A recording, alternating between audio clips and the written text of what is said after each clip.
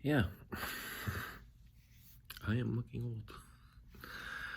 I am in a hotel room for the first time in almost a year for work, and it's midnight. And I wanted to make a video the other day. Well, I made a video the other day, actually. You can see it on my YouTube channel. Um, I talked about my history with well, this wasn't my history. When I was, well, I don't even know how to start this. This was at the end of my space shuttle video I guess it's well over a week ago now when I made that space shuttle video, and I kind of went off in that whole tirade at the end. And a lot of people didn't want to quote unquote suffer through that whole video to get to what I was talking about there. Um, but basically, it comes down to this. I've been playing with Lego since my earliest memories. I've said that numerous times now. I've been playing with Lego since my earliest memories, and I've never stopped. I mean, there was a few months, I would imagine, here and there where I was busy with life and other things that I didn't touch a Lego brick. Maybe a month or two continuous days where I actually didn't lay a hand on the brick. There was one time my entire collection was not in my personal possession for a little tiny bit. Actually, I can't even say that. Most of my entire collection was not in my possession for a little tiny bit. It was lent out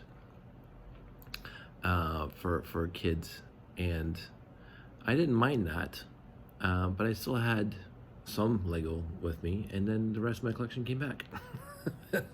But I don't think there's been a day where Lego hasn't been near me, even in this hotel room, 5 hours from home for work. I have my Lego bag. I'm not going to show it to you because, whatever, it's over there. I got to pick up a Lego bag. I can't remember where I got it from. Maybe Sandy got it for me. I honestly can't remember where I got the Lego bag from, but I use it for when I go on business trips, and it's a Lego bag. It's a well, let's see. I'm on.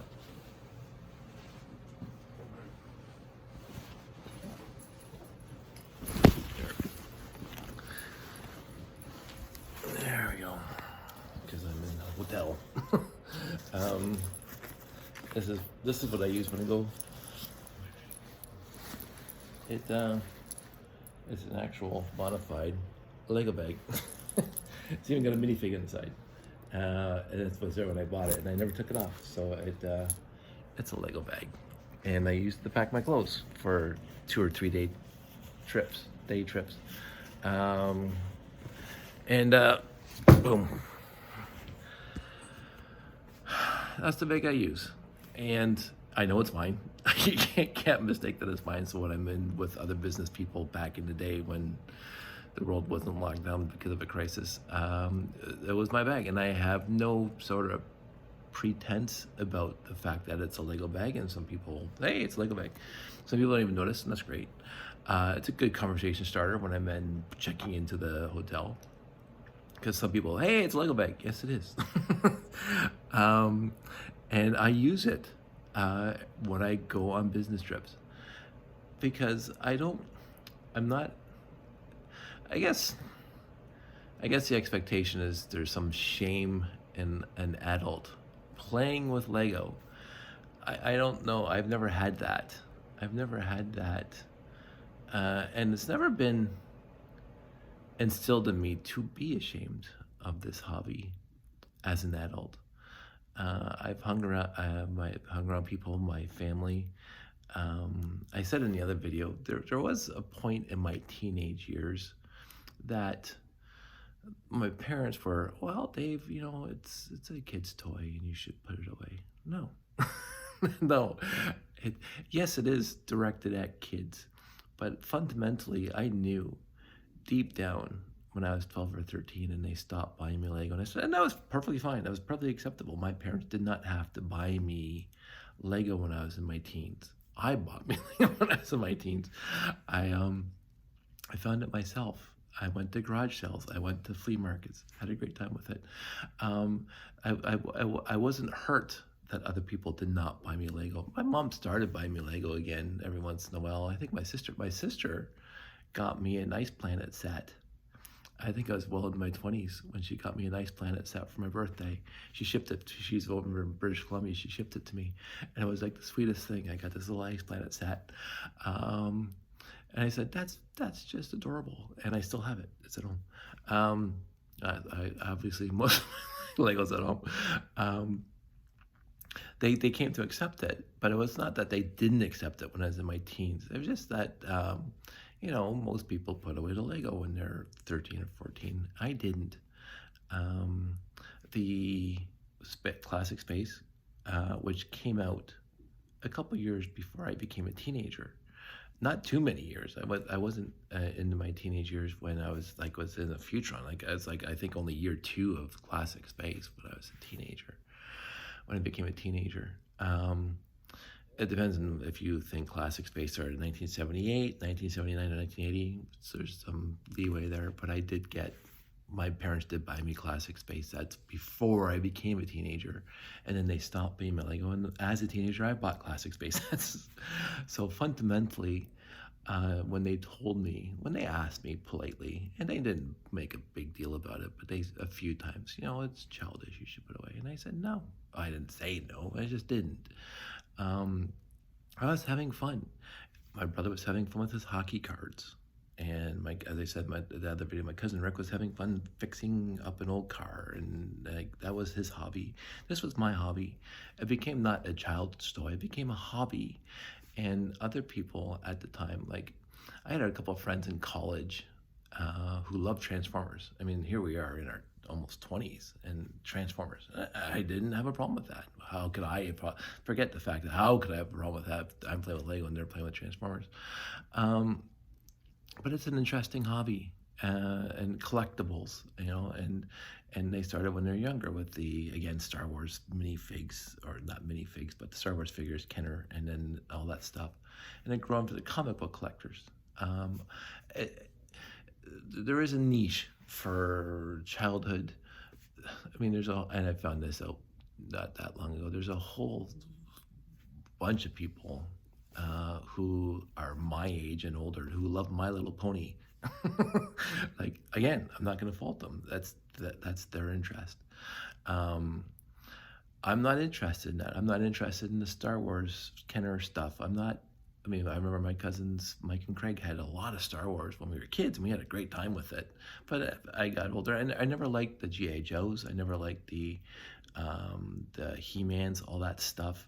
I never liked them. I didn't mind them. I watched He-Man and the Masters Universe when I was a kid. I watched all the Voltrons. I watched all of them. The interesting bit is, I was born. I was older than Transformers. Transformers hit when I was in high school.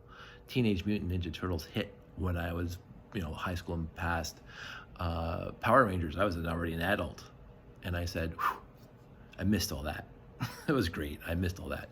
My cousins who had kids had a lot of that stuff. Transformers and Power Rangers and all that stuff, and I said, this is great. And even when in my 20s and 30s, when I wasn't a dad, and all my friends who are having kids, there was Transformers and all the G.I. Joes, and especially Power Rangers and Ninja Turtles, because that just kept on going. Ninja Turtles showed up, I think I might have been in the high school, I'd probably call it. I know Transformers was around when I was in high school, but it became the movie came out when I was 19, Transformers the movie.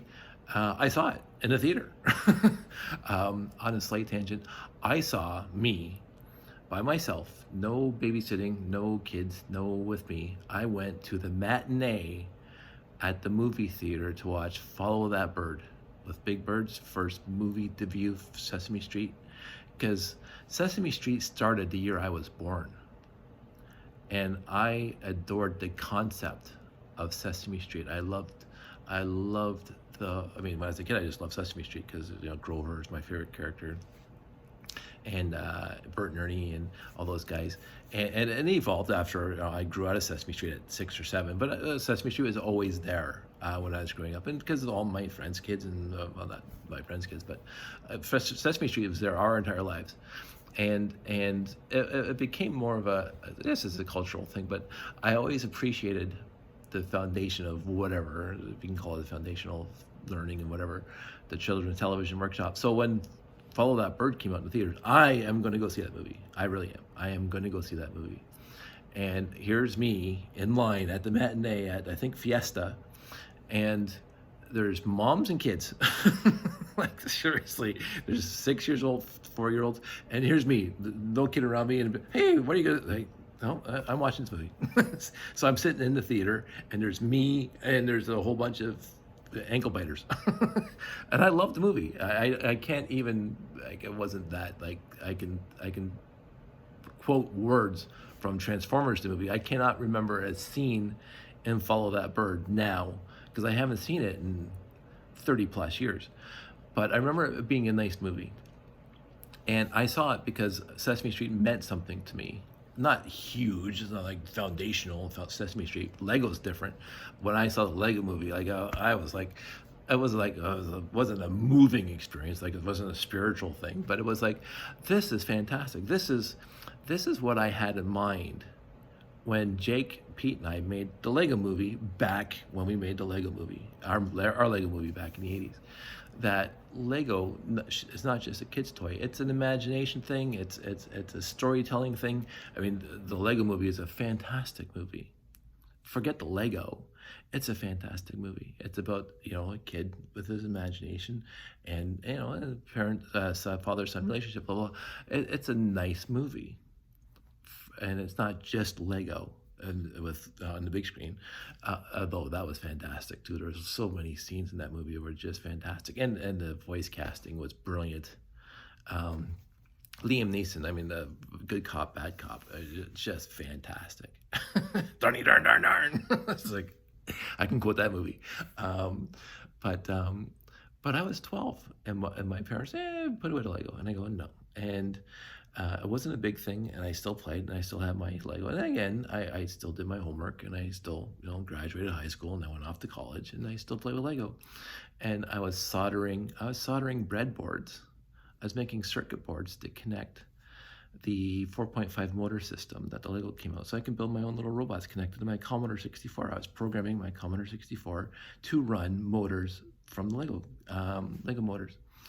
And then yeah, the movie with Pete and Jake, fantastic. Like, seriously, this is where the fun, like the not 6-year-old fun, this is the teenage fun. So, and then as an adult, going to garage sales and exploring and building, and I had a whole space layout and a ping pong table when I moved into the house, the pit. So I'm sure we call it the pit, with my friends. The basement was my room. I took the basement, and there was a ping pong table that was 5 foot by 10 foot, and I had a whole space layout on it. This is what I did. And then when I moved in my own apartment, as I say, there was a whole room dedicated to my Lego. And I built and I explored and I wrote stories. Andrew remembers this, my good friend Andrew. We wrote, when I was working with them, we would come up with concepts and ideas and where the story was going to go and blah, blah. We wrote like a whole foundation or skeleton of Lego Wars. I mean, we shouldn't have called it Lego Wars, but whatever. We had a whole thing, and it was fun. And that was well into my 20s. And then the RCX came out in 1998, and I'm not going to buy that. Are you kidding me? Like, I built one for my Commodore 64 20 years earlier, and I'm going, this is fantastic. So, well, not 20 years, I guess 10 years later, 1988, 10, 15 years later, the RCX came out, and it just went on. And then I met fans of Lego all over the world on the internet. So it's not a bad hobby. As an adult, some people don't want it. That's perfect. Again, I don't collect hockey cards. I don't collect stamps. I don't modify cars. This is my hobby. It's one of my hobbies. I have a few other hobbies. I like woodworking. I haven't still got all 5 fingers in this hand, 4 fingers in the thumb. I haven't cut anything off yet. I like scuba diving. I haven't done that in a while, but I like scuba diving. I'm not limited to Lego, but Lego is a hobby of mine, and it always has been. And there hasn't been a single minute a single day of my life when it hasn't been my hobby. There's some days I don't touch the brick, like today, because I'm in a hotel room 5 hours away. But it's like it's I don't know. I have a tough time with. I grew up. My friends accepted it overall. Again, I tell the story when we lived at the pit. We would come home from church into, 20 of us. We'd gather at the pit because, 4 of us are renting it. The rest of people come in for coffee. There was 20 people sitting in their Sunday best on our living room floor building with my Lego collection. Like it wasn't shunned. It wasn't, oh, this is a childish thing and we should put it away. No, we had fun with it. And it was a communal thing. It was get together. It's hanging out. It was just like it was different than Brian and me and Terry when we were kids on top of the pool table, building all the time on weekends and evenings and stuff. But it was this different but the same, because here's 20 of my good friends and we're all building with my Lego collection, and it was nice. And that's the whole thing about this hobby. For me, it's always been nice. It's always been relaxing. It's always been, a Dutch word is gezellig. I can't pronounce it that well. I'm Dutch. it's comfort. It's not hiding. It's not hiding from society. It's not hiding from responsibility. It's not hiding from whatever. It's just like every other hobby. It's what people find their comfort zone in, and it's also ever expanding for me because I like classic space. And then I met the RCX and I started building robots and I started entering competitions. And here's me, college, computer systems. And I'm going to robot competitions in RTL Toronto with, honest to goodness, rocket engineers. There's rocket engineers there who are also building robots. There's mechanical engineers. There's all these smart PhD people that are hanging out with me, and I'm loving these people. They're my friends. They're my Lego friends, and from every walk of life, from every background, from every ethnicity, from everything, and we didn't care. Our hobby was the Lego brick. That in this context, because they can have other hobbies too, just like I have other hobbies, but in this context we get together because we like Lego. We have a mutual appreciation of the brick, and we hang out, we build robots, we have a competition every 3 to 4 months, and we had a blast. We had so much fun. And we're all 30 or 40 something. There are some 20-year-olds and there's some 50-year-olds, but we all have a basis, a common appreciation of the Lego brick and the RCX. And some people move on and some people stay. Some of my friends that I've known since 1998, I met then, are still my friends now from the Lego, from adult fans of Lego. So yeah, so let's get into that for a second. I am an AFOL, which stands for Adult Fan of Lego. I am. You don't have to be. That was coined by somebody somewhere on Lugnet years ago, but AFOL, Adult Fan of Lego, and that's who I am. And before I was an adult, I was a TFOL, Teen Fan of Lego, but that, when I was a teenager, that wasn't coined back then. Anyway, I've never not been a fan of Lego in my entire life that I can remember. And it's because it's been fun, and it's been nice, and it's been comfort, and it's just been great.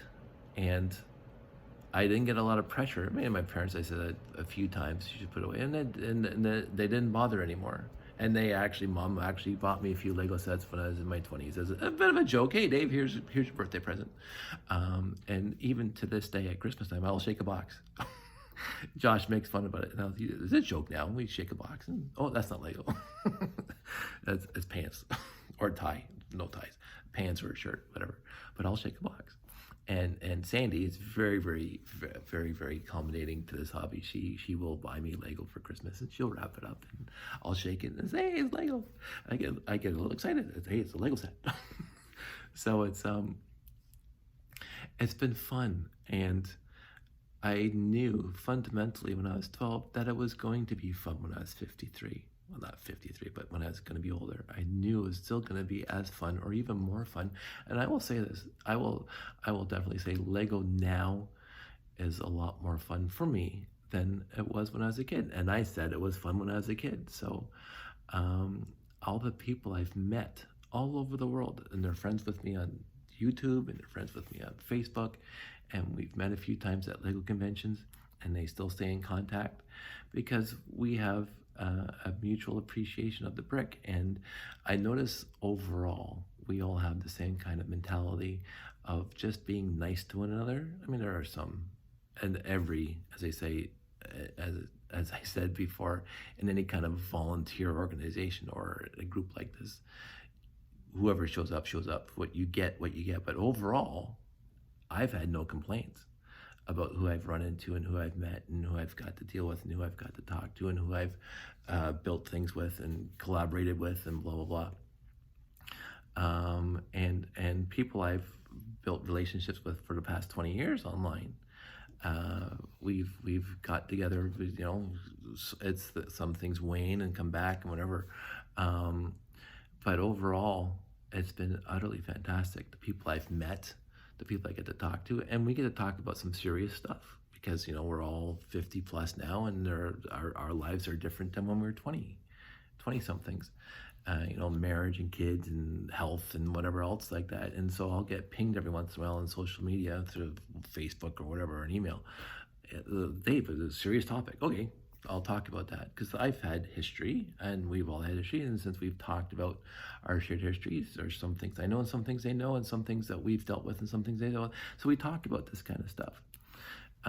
Because we have a foundation and a mutual appreciation of the brick and just life and being good to one another. And one of my friends years ago, she was a she. I know, shocking, I have lady friends. We didn't date, mostly because back then I was just a nice boy. But I've relished that idea that I'm a nice guy. It's ingrained into me, trying to be nice to people, and it was instilled in me in a small town community of a bunch of socially active and responsible people of just being nice to one another and trying to do better for everybody else around you.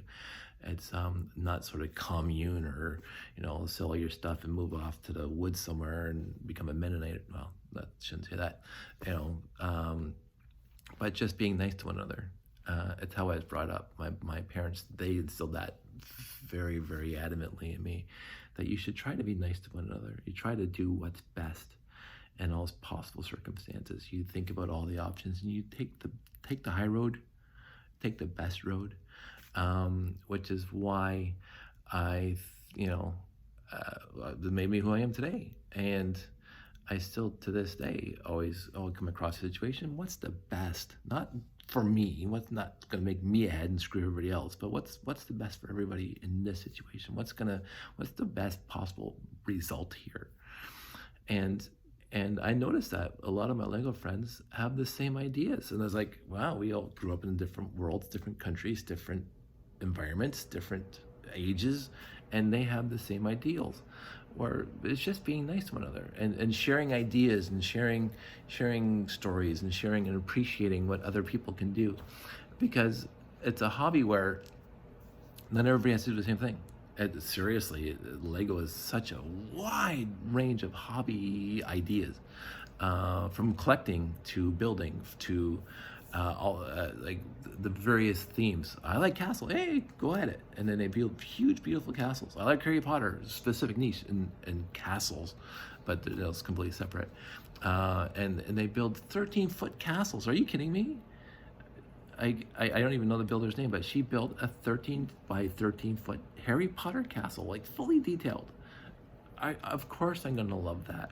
I remember years ago, and because I've never made a secret about my hobby, this has got to be a long time ago, 20 years ago, that I got pinged every other month from somebody. Hey, Dave, have a look at this. Have a look at this church, the cathedral, the huge crystal cathedral that I can't remember what's her name built in I think in California. And I would get emails years after. Hey, Dave, did you see this? Of course I did. But send it to me because I'm going to look at it again because it's awesome. My friend Ross over in Australia built a 12-foot freaking bridge, Technic bricks, like 12 feet long. Are you kidding me? Of course I'm going to look at that. I'm going to love that. I'm not going to build it because there's no way I can build that. And no way, it's not in my wheelhouse. It's not in my want to do list. But I appreciate they did it, and I can see the fantastic building techniques that they used. And I appreciate that. And I appreciate their passion for that specific part of this hobby. And it's just like everything else. Like, just going back, I love my Uncle John for his passion for stamp collecting. And my whole life, he's, hey, Dave, you find me some stamps? Here, Uncle John, here's some stamps. Because he loves stamp collecting and he's passionate about it. My cousin Rick with his fixing up old cars. People have their hobbies. And this is another thing I realized. I really, really appreciate other people's appreciation of stuff. When they're passionate about something, I'll sit there and listen to them for hours. I could not be remotely interested in their hobby. Fishing, straight up. Fishing to me just like what is the most mundane and boring thing in the entire universe for me to do. I remember being a kid, my Uncle George would take me up to the cottage at Rice Lake. And Uncle George and I would go out into his boat and he'd be fishing because he loved fishing. Uncle George loved fishing. I'd bring a fishing rod, but I also bring a book.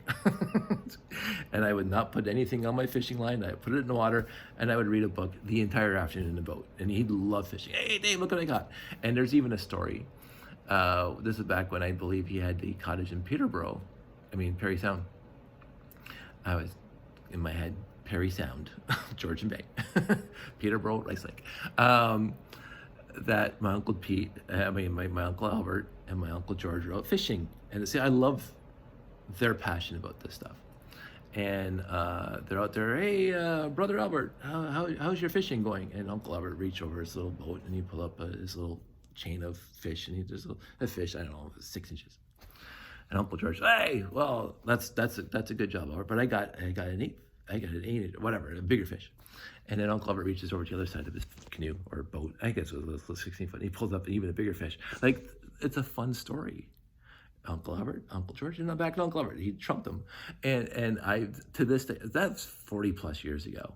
And I remember that story.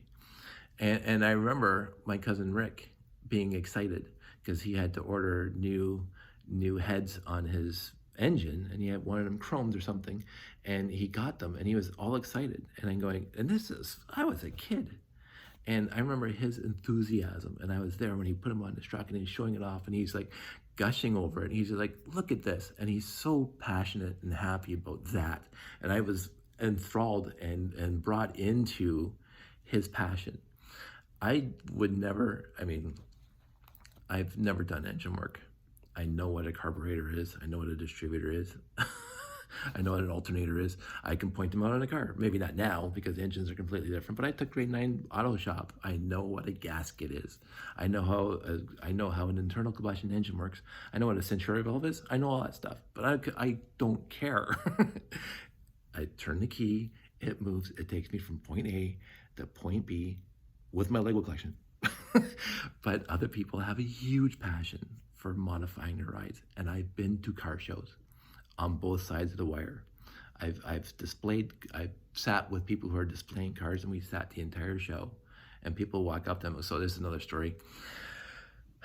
There was a girl before Sandy that wasn't that serious, but we weren't even dating. We were just, but more than friends. We weren't dating. But her dad was a mechanic for Laidlaw, who I was working with, and her dad was a mechanic, and she was a mechanic. And she had a 1972, I can't remember the model of the car, that she built from scratch. Well, not scratch, but she grabbed an old car without her dad. She, because this is her hobby too. It's not just, I'm doing what my dad wants me to do. It's like her hobby. She fixed up a car, and she would take it to car shows. Without her dad, it wasn't like piggybacking on her dad. This was her hobby.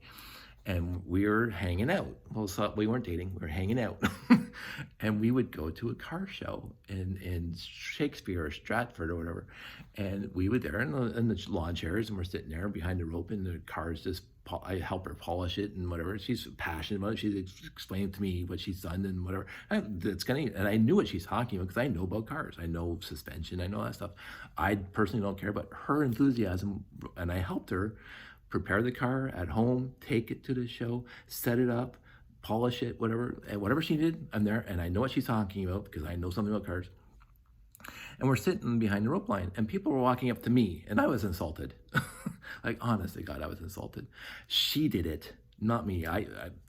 This is her hobby. I'm here supporting her, and just hanging out with her for today because I want to.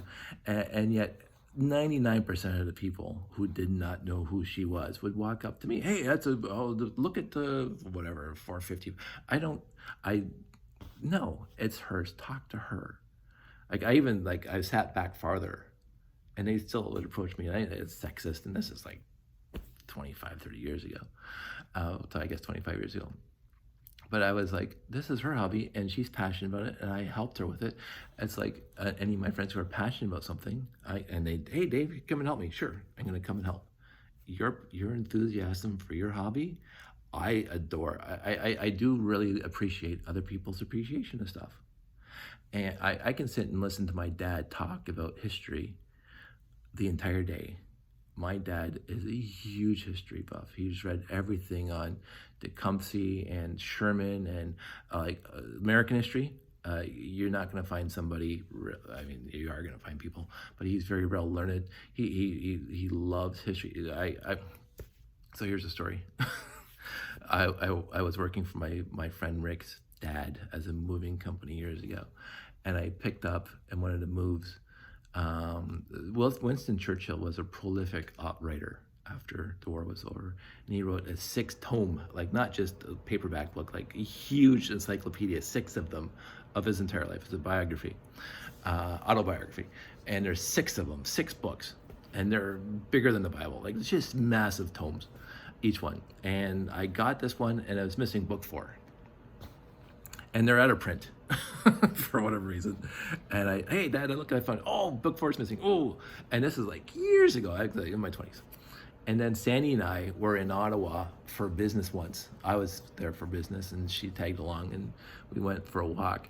And we're walking down, hey, let's go to see Success Drive. Let's go see where the Prime Minister lives, because we're staying at the Marriott, which is 2 blocks from Parliament Hill. So we go see Parliament Hill at the dusk and the sun setting. Let's take a walk down the Sussex there, check out where the PM lives. And right across the street from the PM, which is completely different than the States, because right across the street from where the PM lives are houses. And I guess an old admiral or something just passed away, and they're having an estate sale. Ooh, this is interesting. Let's walk into this old house. And it was just a beautiful house in Ottawa, just a gorgeous little house. And like it had paraphernalia from his life in there, pictures. And this guy, because I guess he was an admiral or something in the Air Force, he had a lot of Chuck Yeager books autographed. Like this guy knew people. And he had the 6 books of Winston Churchill, all 6 of them. And now Sandy and I are 45 minutes from the hotel. So like at least 45 minutes walking from the hotel. And so I'm buying these books, and we have to carry these books now through town to get back to the hotel, and they're heavy. And we bought some like Chuck Yeager and whatever, some other books that my dad might be interested in. So we're walking through Ottawa. I love stories. So we're walking these books through Ottawa, and Dad was just excited to get all 6 books. And so his passion of this rubs off me. So I know more about history than I normally would have known, that I forgot from high school, because my dad is passionate about this. And so we talk about it. We talk about all this stuff. And that brings up the other topic. He will call me. He'll say, Dave, there's a documentary on TV right now about whatever. The Bridge Too Far, the real story, not the movie, and stuff like that. Because one of our co-interests are World War II, because it was such a big thing. And B-29s and B-24s in the Lancaster, which flies over our house all the time, which is, again, so this is how the whole thing works together for me, that my dad's passion about history rubs off on me. and he will say there's a documentary on PBS right now about those guys who went to the Arctic Circle to fly the B-29 home. And this is years ago, but the B-29 was landed during the war in the Arctic Circle because they ran out of gas, and then because they're on a mission. And then these people in the 80s, I think it was the 80s, decided to fly that thing out of there. And so they spent a couple of summers going back and forth getting that thing ready to fly because they couldn't take it apart, and they couldn't, how are they going to get it off the Arctic Circle? So they said, we'll fix it up and fly it out. And it was really sad after this 1-hour documentary that the one thing that they forgot to bring was a fire extinguisher. And there was a little spark in the back one day, and the whole thing burned to the ground after years of trying to fix this thing every summer. And it was like, but it was poignant. And I remember that now for the rest of my life because my dad's passion. Like, I never would have watched that documentary if it wasn't for my dad and his passion for it. And so every once in a while, I'll stumble across the documentary. I'll stop and, hey, Dad, I saw this on TV, and we'll talk about Churchill or whatever. And so I talked to my cousin Rick about his cars. I talked to my Uncle John about his stamp collecting, and people talk to me about my Lego hobby. And again, you don't have to like it. It's not for you. It's for me. And if my enthusiasm about it rubs off on you and you want to talk about it, I'm going to talk to you about it. If you don't want to talk about it, I'm not one of these people who want to bore you with pictures of my kids. Like, no. I grew up in a generation where I just like, really? More pictures of your kids. I love my kid. You don't have to. I don't want to waste other people's time when they don't want their time to be wasted. This is my stuff. Again, I'm going to talk about, I'm walking on this path of life. I'm going in this direction, and I'm going to go in this direction, and I've been going in this direction since I was a kid. And going in this direction means I'm playing with Lego for the rest of my life. I made it to 53 without giving it up. So I'm walking this way, building Lego, going to Lego shows, having a good time, hanging out with my Lego friends. If you want to walk with me, beside me, and talk about it, thumbs up. If you want to go somewhere else, thumbs up. If you don't want to even talk about it at all, thumbs up. I don't waste my friends' time talking about the hobby that I'm interested in unless they bring it up. But if they don't want to talk about it, I'm not going to talk about it. I don't want to push my ideas onto you. This is not a pushing down. This is a mutual appreciation. And if you don't have to like it. If you like my enthusiasm, hey, ask me some questions. Thumbs up. If you don't want to talk about it at all, I'll talk about anything you want to talk about. I can talk about building cars. If that's your passion, I can talk to you about that too. As long as it's mutual, as long as it's what we want to do. If you are demanding of my time, I'm not interested. I don't have enough time to cave into your demands of my time. I don't have enough wherefore anymore. I am 50 plus years old. And this is where this whole thing started. So my aunt passed away today, and she was the matriarch of the family for the last 40 plus years, because my Oma, my grandmother, passed away when I was 5. And so my aunt was a very big influence on my life. She was a neighbor for me growing up. She was always there, and she was always this I won't say the queen matriarch, no, but she was always there for you. Anything you needed, anything, if it's just a cup of coffee, stop in for a cup of coffee. She had the house where people would stop in all times of day just for a cup of coffee. She had an open door policy, which I've always admired, and I've always tried to adhere to when I lived on my own. Open door, come by, but now it's porch visits, but come on by. Don't call first, just stop by. I've always loved that. This is how we grew up, being able to stop by my aunt's place. And she passed away today, and she was a huge influence in my life, in not just the open door policy and the being there for you policy, but just being stoically going through it. Whatever happens, no matter how big and no matter how small, whatever happens, you deal with it and you go to the next. It was like I was watching, and this is more tangents upon tangents. I was watching The Martian the other night when I was sorting Lego in the basement, and he had that little thing at the end where he's talking about, you get to the point where everything's going to crap and everything's wrong. What do? You just give up? No, you tackle each problem and resolve it and go on to the next problem. You break it down into single little problems. This is what she taught me growing up. You break everything down into, this is a little problem, fix this problem, what's the solution, go on to the next step, and make the best solution, make the best possible choice out of all the, if it's big critical problems, you make the best choice. Not necessarily just for you, which can screw everybody else, but usually the best option is what's going to be good for everybody. And then you get to the next problem, and then you solve that one, and you get to the next problem, and sooner or later you get out of the hole you're in. And I learned that from a lot of people, but she exemplified that. And I mean, I'm not saying my 20s was the worst thing in the universe, but I had financial issues, I had some other issues, and I just, again, this is where I'm not going to go into my whole life story. Nothing big, nothing, but it just, I wasn't focused. I'll say I was not focused on being a responsible adult.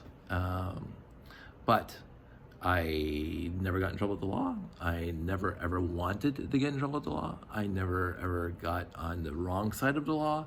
I just, whatever, as my whatever. It's kind of my life statement.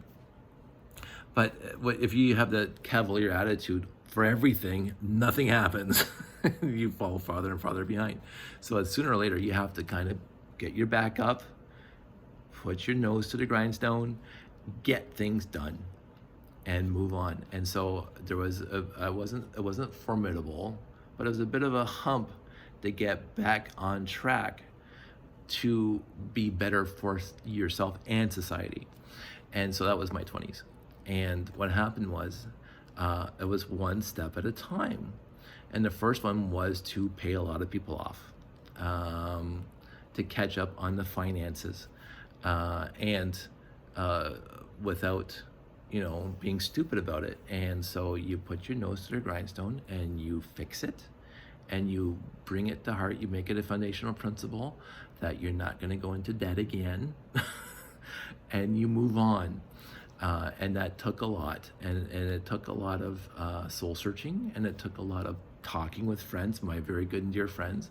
It took a lot of changing specific ideas about money, and I still don't appreciate money. It's not like I'm gonna, hoard it, because I don't care about hoarding money. I don't have the same want for money that some people do, but I also don't disrespect it either, because it has a place, and you have to put it in a position where it's not a desire, because I've never wanted that desire, greed, but also not to be ambivalent or cavalier about it too. You have to have a rational understanding of what it has to do for you and what you have to do for it.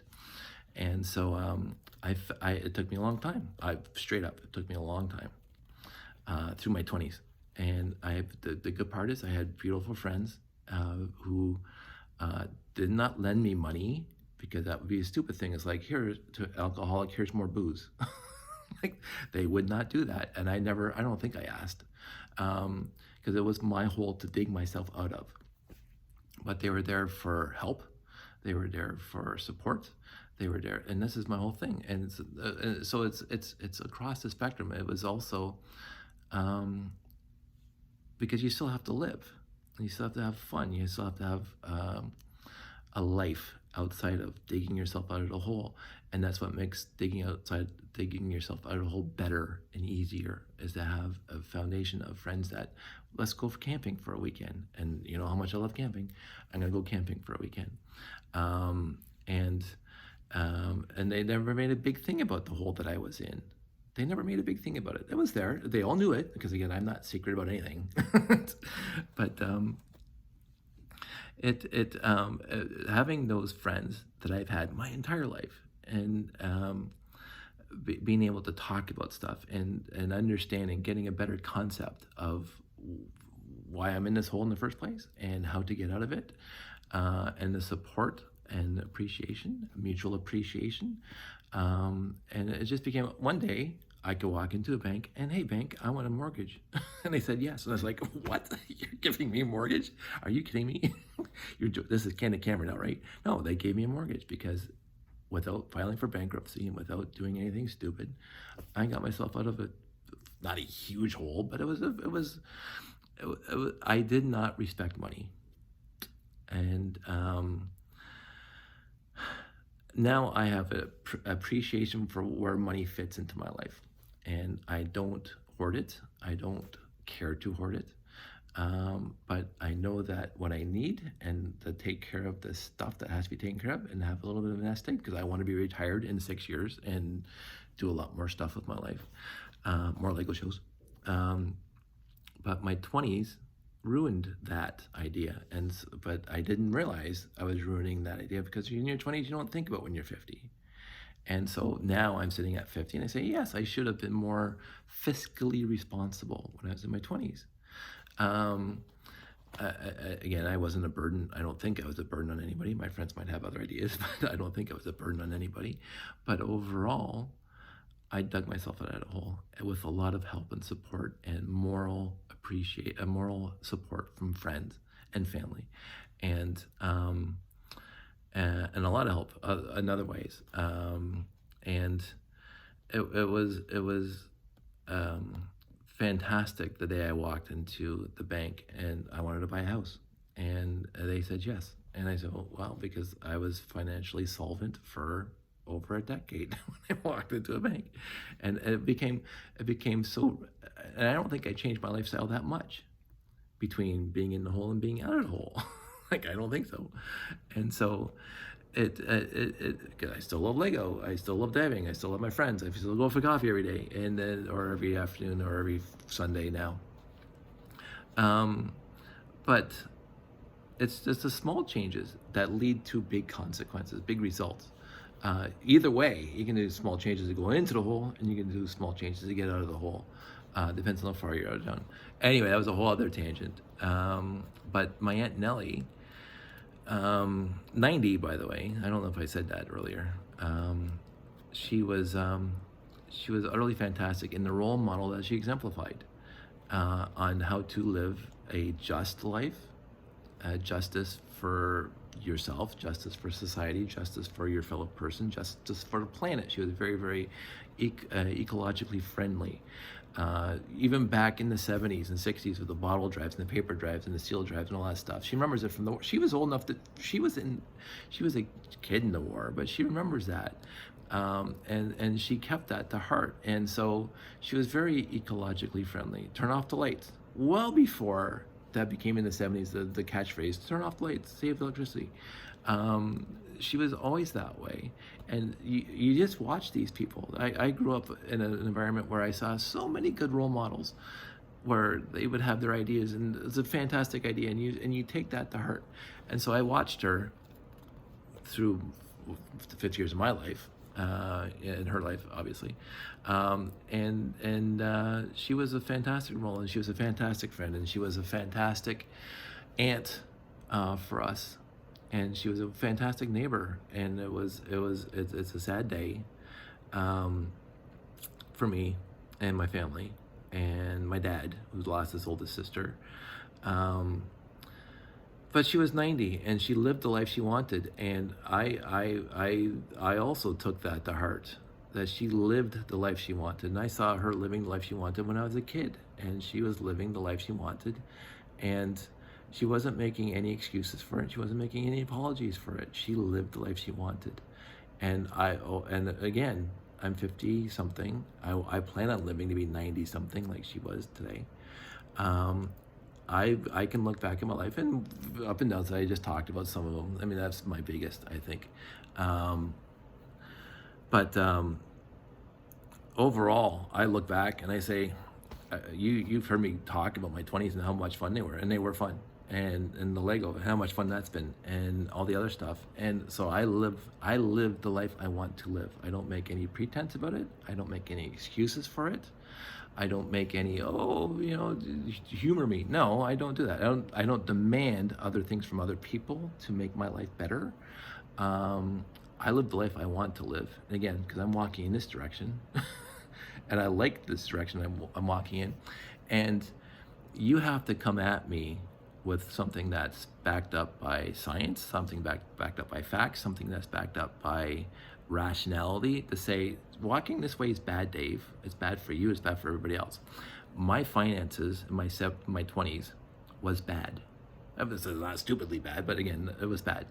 And my friends pointed that out to me. Not, oh, Dave, you have to change your finances. No, Dave, you're an Olean. You better do something about that. And let's see, if you want to talk, we're here. It wasn't like, it wasn't like an intervention, or they just lived as a role model. I watched them. Oh, hey, we socked away some money for our RSP. Oh, okay, well, maybe I should start thinking about that. So you live as a role model and you say, hey, this is a good idea. And so here I am walking in this direction now, fixing my financial stuff from the 20s and moving on and appreciating my friends and family who were there during that. And the role models, the exemplary they gave me to be better on that. And I took that to heart and I changed fundamentally, but not overtly and not crazily changed my attitude towards everything. But I do have a respect and appreciation for what money has to do for me, not what I wanted. Not I want more. I want speedboats. I want fancy cars. No, I'm not interested. I don't want huge bank accounts. No, I'm not interested. I don't need it. I don't, because then it gets you. I don't know. There's a movie, and I'm gonna remember it after I stop this video, but that's when they get you. Right? When you start desiring the money, they hooked you, right? Then you have to work for it. Then you have to work 18 hours a day for it. I'm not working well, I am right now, but I'm not working 18 hours a day to get more money that I don't need. I have money. So let's talk about this for a second before I end this video. Sorry, it's already 51 minutes. We are a single income family. We are one of the few single income families that I know of in my scope of friends across all spectrums. We made a conscious choice when we were pregnant. Sandy didn't like going into Toronto every day for her job. It's a tough gig to go into Toronto from my place. It's an hour minimum each way, and so you're wasting 1/12 of your day driving. And so we made a conscious, we've sat down because again, my respect for money also taught me about budgeting and planning and stuff like that. And so we sat down and we said, we can make it on my salary, straight up. You can be a stay-at-home mom if you so desire. I'm not saying honey, you have to be a stay-at-home mom. Honey, what do you want to do? Do you want to go to Toronto? Do you want to find another job? Whatever you want to do. I'm not demanding you listen to me, patriarch. No, we are a team. What do you want to do? And I'm going to back you up, whatever it is. I don't want to go to Toronto, she says. Fine, don't go to Toronto. We have a kid, see what happens. So we have enough income to pay all the bills, to pay, everything else, and still put a little nest egg around because I make enough money, not a huge amount of money. And this is why I always get into this point with my friends not my friends, people who come up to me and say, Dave, if you got an IT job in Toronto, you could be making double or a lot more than you're making now. Yeah, but then I'm going into Toronto. Are you kidding me? I'd be dead by 60. Straight up. Me sitting in a car or sitting on a train or sitting on anywhere for 2 hours a day, every single day. Like right now, it's half an hour on a good day, 20 minutes, half an hour on a good day. Most days it's 40 minutes. But then again, I get to sometimes work from home and whatever. And it's Oakville now. It used to be Burlington, so it was quicker for me, but it's Oakville now. And that's as far as I want to go. And that's the Burlington-Oakville border, not all the way in Oakville. I don't want to go any farther. If I go farther, I'm moving, and then you're not buying a house anywhere east of Burlington, east of Hamilton, along that side of Lake Ontario, for anything underneath $750,000. You're not. Our house, we have a house. It's paid for. So it's a little townhouse. You've seen it on some of my videos. The little townhouse situated in Hamilton, and I bought it when it was pretty inexpensive. And now it's more expensive. If we sold it, we make some money, but then we'd have to buy a different house, which is going to cost us more. So again, my understanding of money now says I don't have the money for that. So let's no talk about moving. We're staying where we are, unless we've moved farther out, say Smithville. But no, I want to be comfortable. I'm not 20. I'm not gung ho make the money. No, I make money to pay the bills, to put away a little nest egg, to be comfortable. Because again, this is where what happened today comes up, and she was 90, thankfully. I've had friends' parents die 6 months after they retired. Like, that's it. Or die before they retired. And I'm going, I'm not doing that. I'm not working my butt off for the man and be dead 6 months after I retire. Thankfully, genetically, I'm predisposed to live well past retirement. My granddad lived to be, well, my Opa lived to be 92. My aunt just died at 90. Genetically and healthily, I'm pretty healthy. I never smoked, don't do drugs, don't do anything stupid. Genetically, I'm probably predisposed to live to be at least 80. My health choices, I mean, I'm not the healthiest person. I don't work out a lot, but I don't eat stupid. All things being equal, I'll live to be 80. So I have a nice retirement.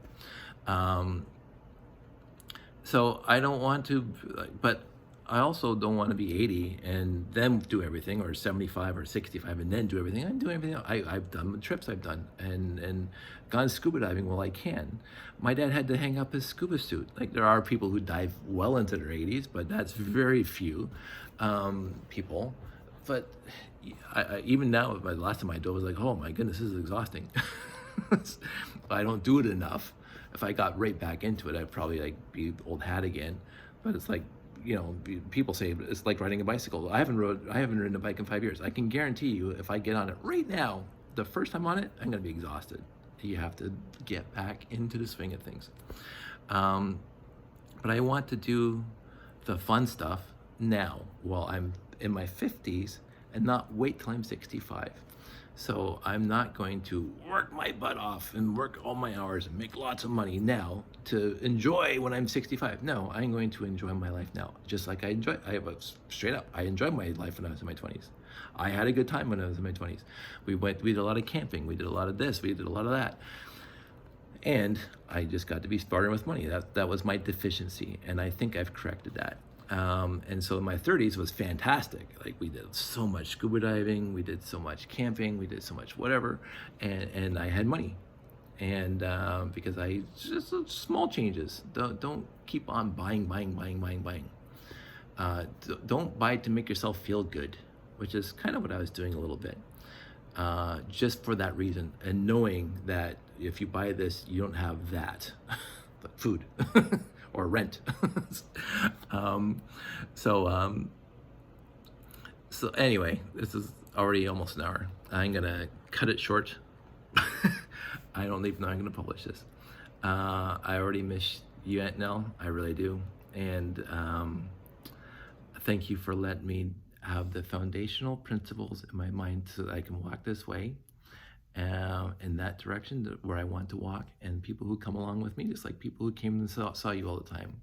You didn't demand their time, they didn't demand your time, and you were going in this direction that you wanted to go in, and people came along, and it was wonderful to watch all those years.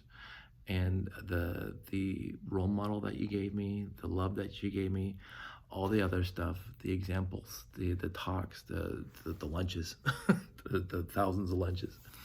The memories, it was absolutely a wonderful life that I got to share with you, and I'm going to miss you.